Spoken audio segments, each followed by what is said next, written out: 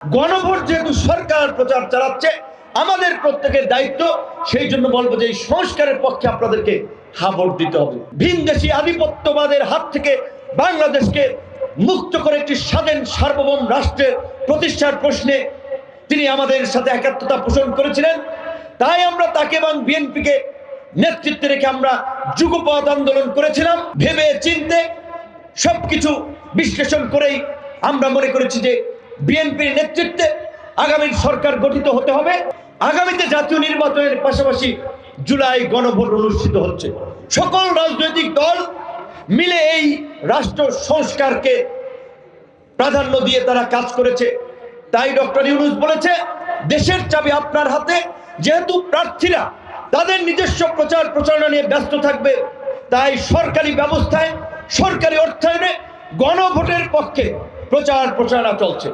যদিও নির্বাচনী আচরণবিধির কারণে আমি হয়তো অফিসিয়ালি প্রচার প্রচারণা চালাতে পারবো না। গণভোট যেহেতু সরকার প্রচার চালাচ্ছে, আমাদের প্রত্যেকের দায়িত্ব, সেই জন্য বলবো যে এই সংস্কারের পক্ষে আপনাদেরকে ভোট দিতে হবে। সানবিট সব দিবে সামাল। সানবিট ম্যাজিক প্রেস ডিশওয়াশিং এর মাথা ঘোরানো সলিউশন। একই সাথে এই সংস্কার বাস্তবায়নের জন্যই বিএনপির সাথে আমরা কেন জোট করেছি। বিএনপির ভারপ্রাপ্ত চেয়ারম্যান ছিলেন জনাব তারেক রহমান।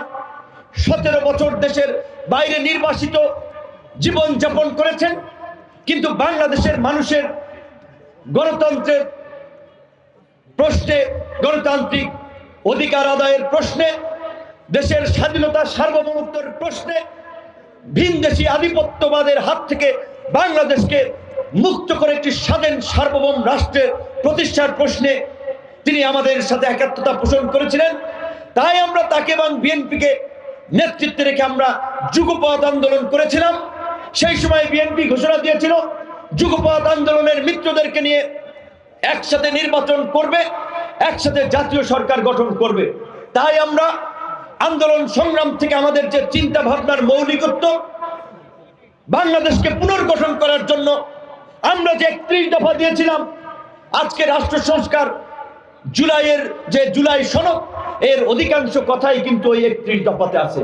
সেই 31 দফা শুধু বিএনপির 31 দফা নয়, যুগপৎ আন্দোলনকারী সকল দলের একটি সমন্বিত দলিল। সেই 31 দফার বাস্তবায়ন, জুলাইয়ের আকাঙ্ক্ষার বাস্তবায়নই আমরা ভেবে চিন্তে সবকিছু বিশ্লেষণ করেই আমরা মনে করেছি যে বিএনপির নেতৃত্বে আগামীর সরকার গঠিত হতে হবে। এবং সেই সরকারের মাধ্যমে আপনি জানেন, গণ অধিকার পরিষদ একটি নিবন্ধিত রাজনৈতিক দল, ট্রাক প্রতীকে নিবন্ধিত একটি রাজনৈতিক দল। জুনায়েদ সাকি গণসংহতি আন্দোলন মাথাল মার্কায় তিনি ব্রাহ্মণবাড়িয়া থেকে নির্বাচন করছেন। মাহমুদুর রহমান মান্না তার নিজস্ব মার্কা কেতলি নিয়ে নির্বাচন করছেন। জমিয়াতে ওলামায় বিএনপির সাথে অ্যালায়েন্স, কিন্তু তারা 12টি আসনে, আমরা জোটের প্রার্থীরা নিজের মার্কা নিয়ে নির্বাচন করছি।